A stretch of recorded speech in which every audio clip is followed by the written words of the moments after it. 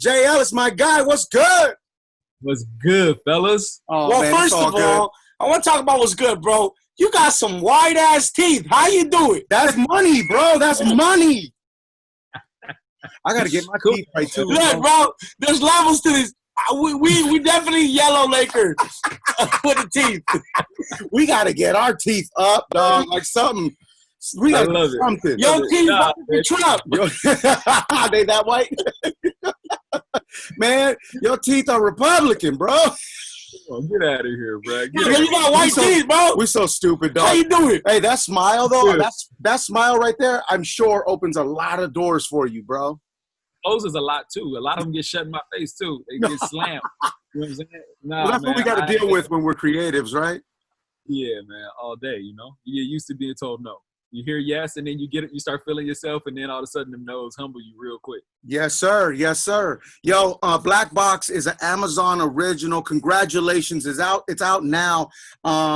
This is just, what a show, man. It's really deep as well. I mean, it's deep thinking when it comes to Black Box, right? And you're the executive producer.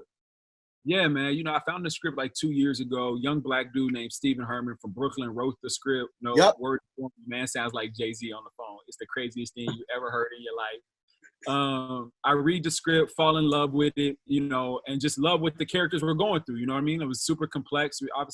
We got the national treasure, Miss Felicia Rashad, as one of our leads. A young actor named Mamadou Ati is another one of our leads, and what their characters are going through, just trying to keep their families together, and the complexity and the layers and, the science behind actually being able to store people's memories for later, which is a true, real thing that's happening. Bro. You know what I'm saying?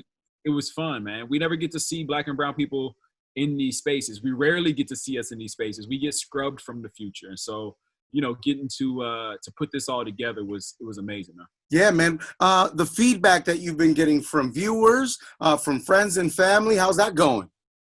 Good, man. It's one of those things where like nobody sees Miss Rashad as, what her character ultimately is in this movie. Everybody is shocked by it. But I think it's fun, man. We get hit with people like, yo, I'm not going to sleep tonight. Yo, I don't trust nobody around me. My girl is like, I think my girl is trying to like run one on me. Like we've gotten literally everything, man. It's been amazing. Jay, I was going to say, man, if you watch the show, good luck, because after it, you won't trust anyone around you, anyone you work with. You're going to overthink about your relationship with people. You feel me? Yeah, man. Everybody is suspect after you see this movie. Everybody. But it's so good because, like, I don't know, like you said, black and brown and the representation, we got to up that. You feel me? We really need to do that. And also, we should talk about voting really quick as well, man. I mean, the vote is very, very, very important and very personal here in 2020, right?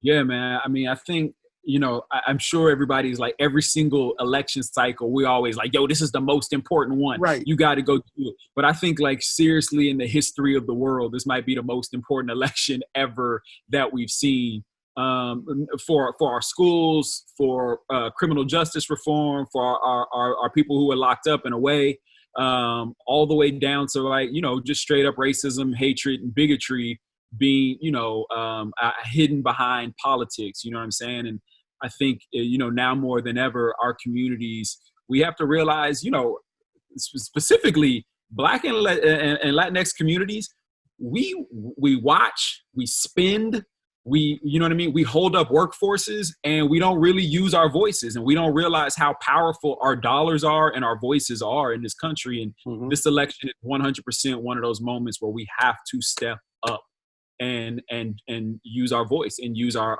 right to vote. The black and brown, we're just thankful people, bro. Yeah. So we're happy to be, a lot of us think, hey man, I'm just happy to be here.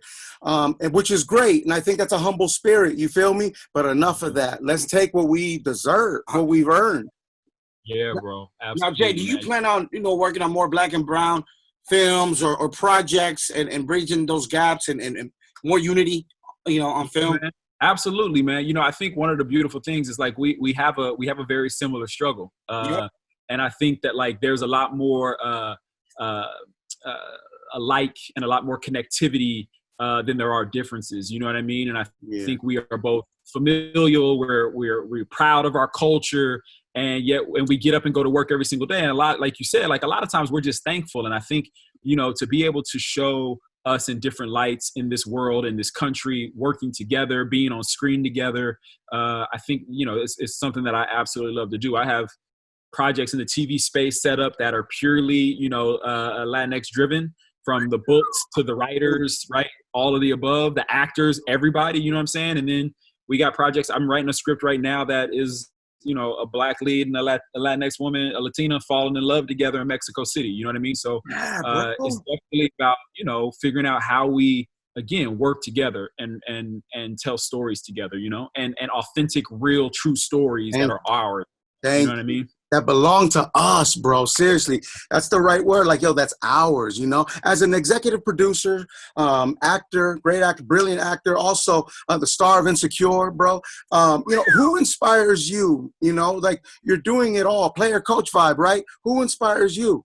Yeah, man. It's funny, like, there's a ton of people, right? I mean, I look at I look at what Will Smith has been able to do with his career, both as a producer and as well as an actor. Hey, hats off all day. Flowers, all day, right? All day.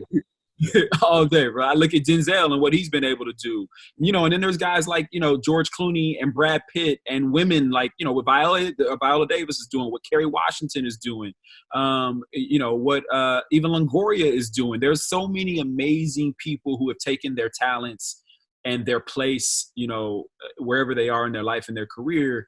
And what to me is the most important thing is like you put your hand back, right, and you bring somebody up there with you, and you give them an opportunity that they otherwise wouldn't have gotten. And so I always, as kind of like inspiration or role models, I look at those people who are like, my success is bringing people with me, not just me going to, and in doing that, I'll go get more selfishly.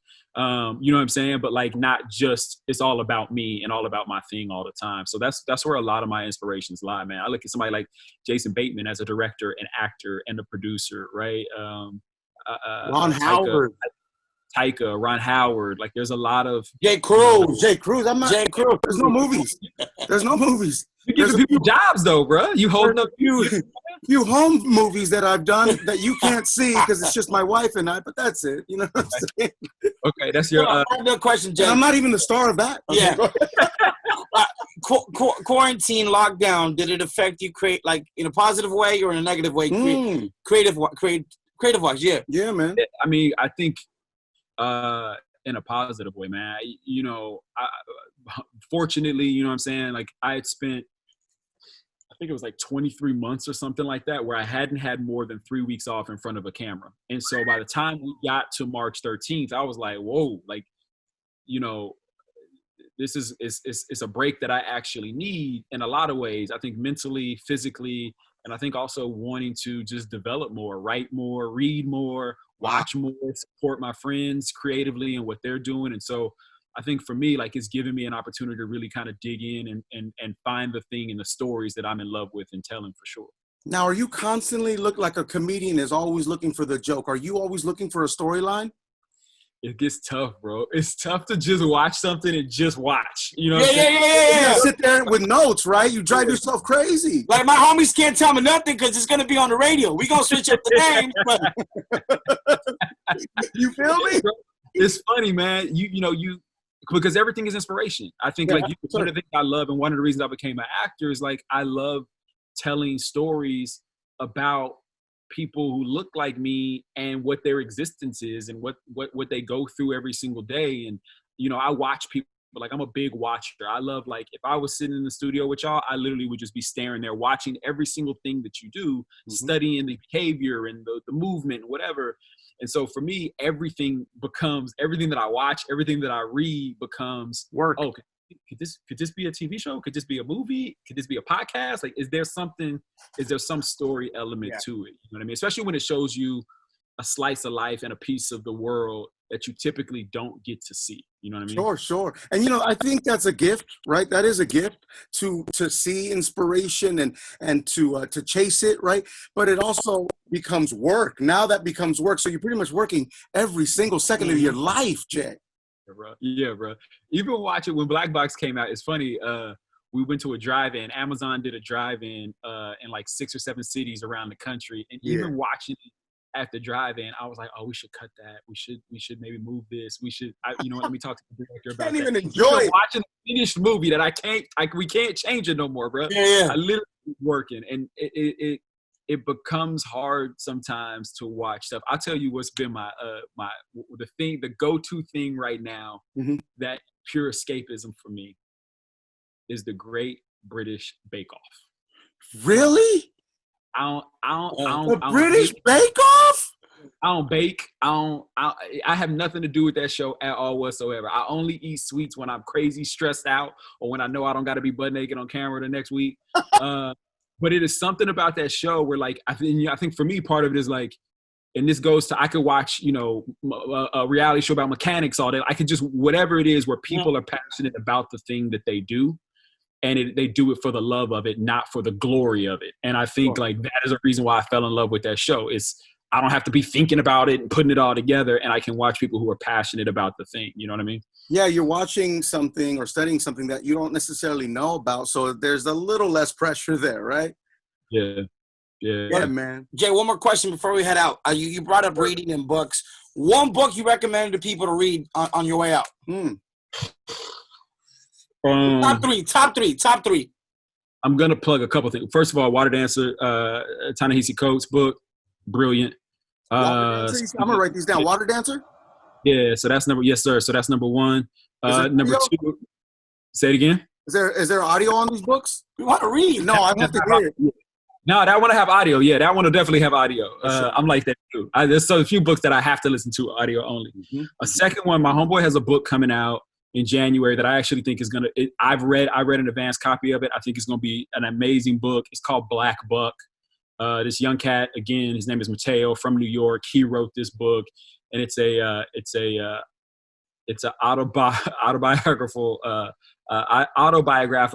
memoir, but it's completely satire of like a black dude who goes from like working at Starbucks to all of a sudden like running like this big marketing kind of sales company, and all the faces that he has to put on when he's the only person in the room, and gets known as Black Buck because he's black and he worked at Starbucks, right? And that becomes his name in the office. So that's a dope book that I think that sounds good. Everybody should check out. Yeah, man.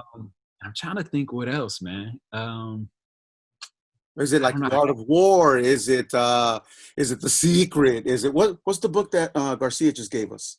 I'm blanking out. But I like reading food magazines. I feel you. Jokes. I feel you, bro. Yeah, I'll be honest with you. I'm not much of a reader, but I need to start reading again. I'm a listener, bro. I got books on audio, bro, and that's the way for me. You feel me? Especially you got some time, you turn it on, you hit a little bit. You feel me? You're straight. Also, I mean, I think what's dope about audio books is we all learn and retain in different ways, right? And so if you're more of an audio person, you fly through. You'd be surprised how fast you fly through them stories. Quick. Yeah, man. And it's a lot of fun. The last one I would say is actually a book called Tribe of Mentors by Timothy Ferris, which is a really good book also. Yeah. Yo, we got Black and Brown also have to start talking about books, dog. Like this, I mean, that idea just came into my head, but like we need to keep that book vibe alive. You know what I'm saying? I'll tell you a book. I'm gonna give you 2 more books that I read this year that I absolutely love. It's a book called House of Broken Angels. We actually got the rights to the book, luckily, and we were able to set it up with 2 amazing Latinx writers. Wow. But it's a family. It's a Latinx family drama about losing the matriarch of the family and who is going to take over as like the head of the house, the head of the family, right? And so what you also have is like a family who's, some of the family stayed in Mexico, some of the family came to the U.S. So what you also have are these slight cultural differences of what your family kept from tradition in Mexico, but what they also lost when they came here, and what that means when now your traditional family from Mexico is coming over all together for this funeral, and how they kind of clash and come together. It's a beautiful, beautiful story, man. It's won a ton of awards, a national bestseller, a book award winner. Like it's a great book.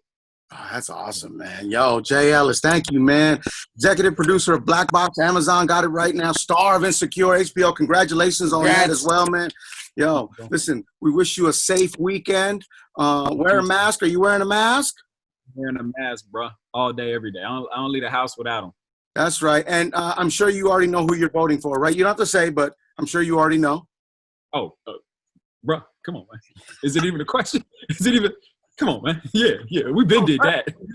Yes, one of them. We were 6 million early ones. We been got that one in. Come on, man.